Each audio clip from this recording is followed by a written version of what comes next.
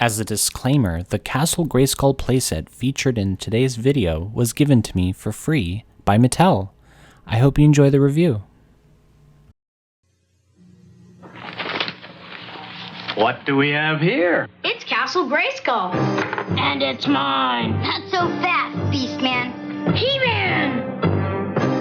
You can pit He-Man against Beastman playing for the power of Castle Grayskull. You have to put the castle together. Beastman's escaping. The throne, Dad. Dad, you saved the castle. Castle Grayskull from the Masters of the Universe collection. He-Man and Beastman each sold separately from Mattel. Hello everyone, this is David Clark, owner of AdultCollector.org, a network of pages and groups on Facebook celebrating everything we love about He-Man and She-Ra, and today I'm bringing you a very special review of Mattel's new Masters of the Universe Castle Grayskull playset. And I've just picked it up. You can see this is 13 pounds of toys. Feel like a kid again. Look at this. This is like one of the first Castle Grayskulls in Washington State, for sure. It's been a busy week, and I'm excited to finally bust this open and take a look. First, though, let's take a few moments to appreciate the brilliant work that went into this playset's packaging. Of course, credit is certainly due to Mattel's key lead packaging designer, Roy Juarez, and this packaging's amazing, gorgeous artwork was produced by the incredible tag team of artists Axel Gimenez and Nate Barch, two very well-known artists in the Motu community. Here's a photo of the castle in front of a few Origins figures just to give you a sense of how big this box is. It's an impressive 6 pounds and 4.3 ounces, and the dimensions are 26 inches long, 5.5 inches deep, and 18.5 inches tall. The artwork on the front of the box is nothing short of a masterpiece, certainly a worthy update to the vintage box art from the legendary artist Rudy Obrero. You know, we've seen Mattel make pretty good use out of some of the Origins packaging artwork outside of this toy line, such as on the Hot Wheel toy packaging for its Motu cars, and on the side of the cars as well in some cases, and as well as on the chocolate bars that FYE is now offering. Those are pretty nice looking. I would love to see a giant puzzle that was featuring this gorgeous artwork of Castle Grayskull. It's certainly at the top of my wish list, and I think it would just sell like hotcakes. It would fly off the shelf, like so many other Origins products have. Alright, let's take a closer look at this artwork, starting on the left side with Sorceress. You can see this is cross-cell artwork, typical to what you would see on the back of the packaging of these Origins figures, but this time they chose to display her nice and big on the front. Of course, this is the White Temple of Darkness figure that comes with the playset. We'll take a look at her when we open up the box. And to the right of that, we have another look at the Sorceress leaping from the window of Castle Grayskull. And below that, we are treated to, and I'd say spoiled by, this artwork of Evelyn summoning some wicked-looking green skeleton warriors out of the rock face. These are such creative characters, and who doesn't love skeleton warriors, right? And so I would love to see an Army Builder 2-pack offered to us at some point so we can have Evelyn commanding a whole legion of them on our toy shelves.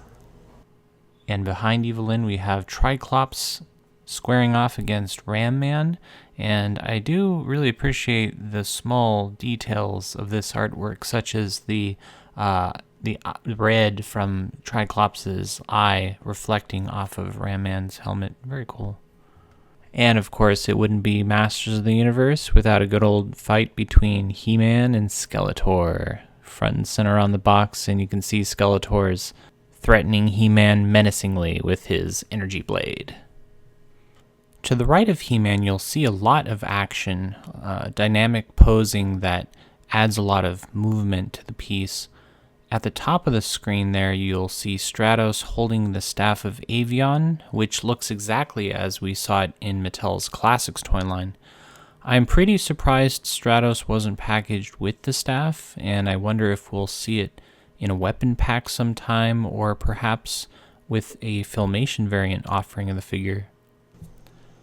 Some other things I wanted to point out, you'll see that Man-E-Face is here. His skin tone's very different than the figure, which has very, very yellow skin. So I do really hope that we get a character variant that better matches the skin tone that we see here.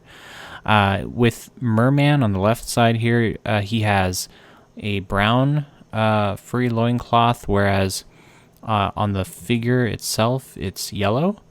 And on the figure, his face is like orange, and on the box art here, it's yellow. And one more thing is you'll see that Tila's snake headdress has green eyes, whereas on the figure, the eyes are not painted. This harkens back to the 1982 original production run of the initial character offerings for the toy line, which did include green eyes on Tila's headdress. So a very nice touch there. And at the top of the castle, we have Zodak, looking very mysterious and Batman-like. He's one of my favorite characters of all time, and he's looking across the sky, possibly defending the castle against an air attack. Of course, we've got some, sky sleds and some pterodactyls in the sky in this piece, and so... yeah, I would love to see him actually shooting at, some bad guys in the sky or something like that.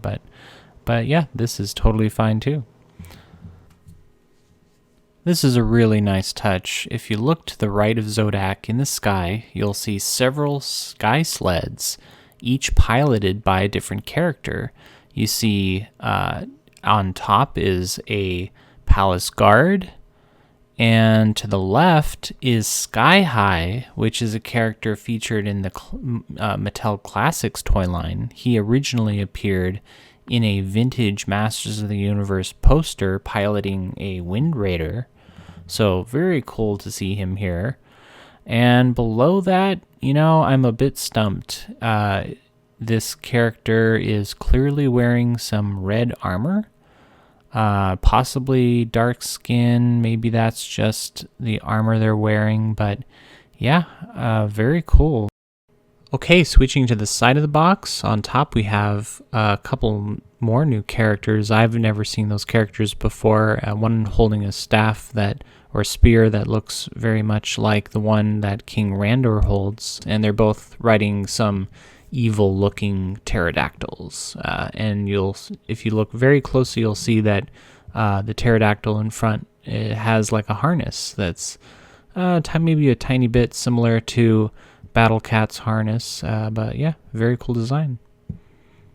Below the pterodactyl, you see Fisto fighting some big bad guy. I really do dig the design, but I'm sorry I don't know who it is. But yeah, very cool looking battle here.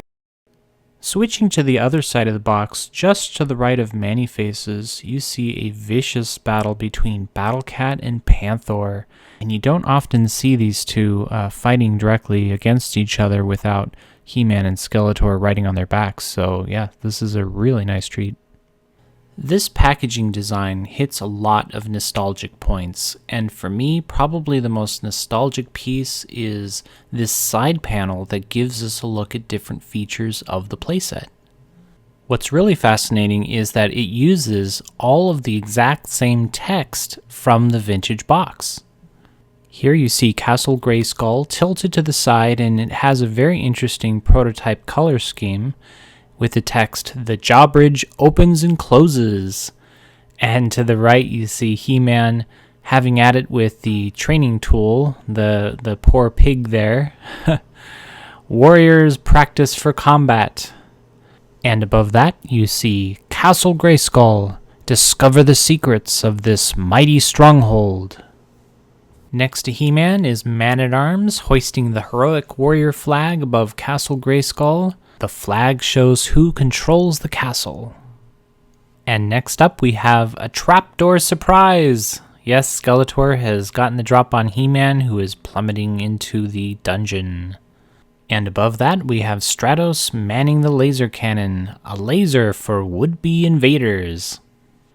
On the other end of the panel we have Beastman displayed with 2 racks, whereas on the vintage box it just shows him with the 1 weapon rack that comes with the vintage castle.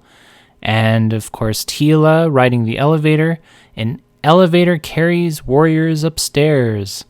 And then finally the Castle Grayskull once again folded in half. It says the castle folds in half for easy carrying.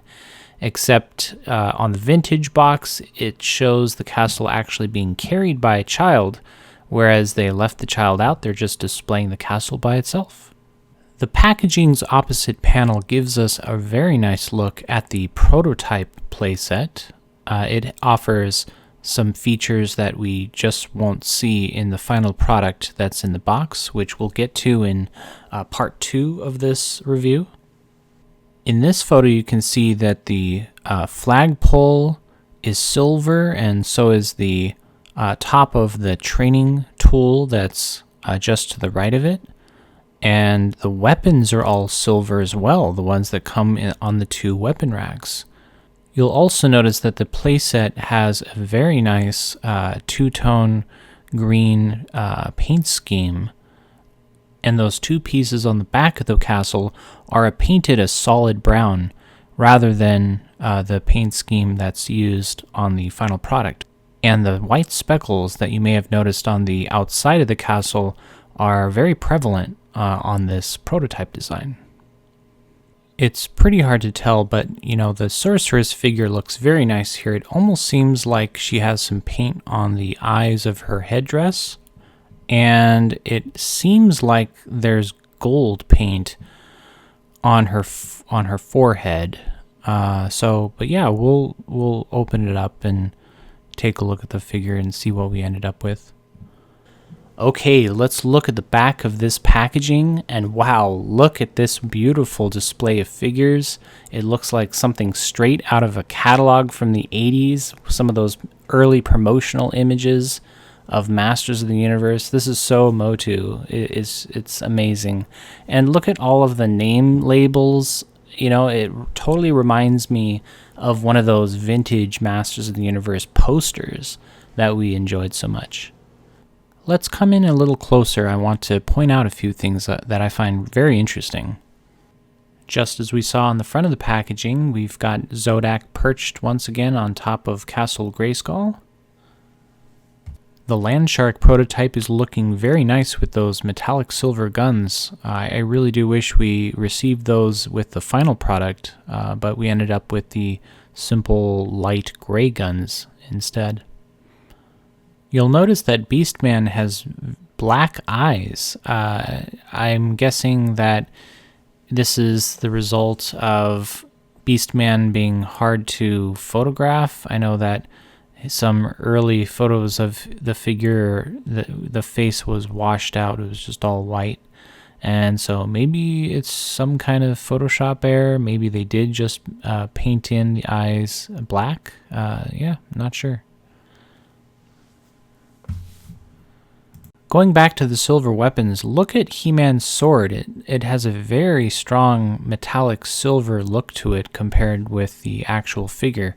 And by the way, that's Prince Adam's head, not He-Man's head. You can tell by the eyebrows, and I very much prefer to display He-Man with Prince Adam's head, since it gives him a kind of a meaner look. And I'm actually surprised that we didn't get that head packaged with the He-Man head, you know, with the He-Man figure that we ended up with.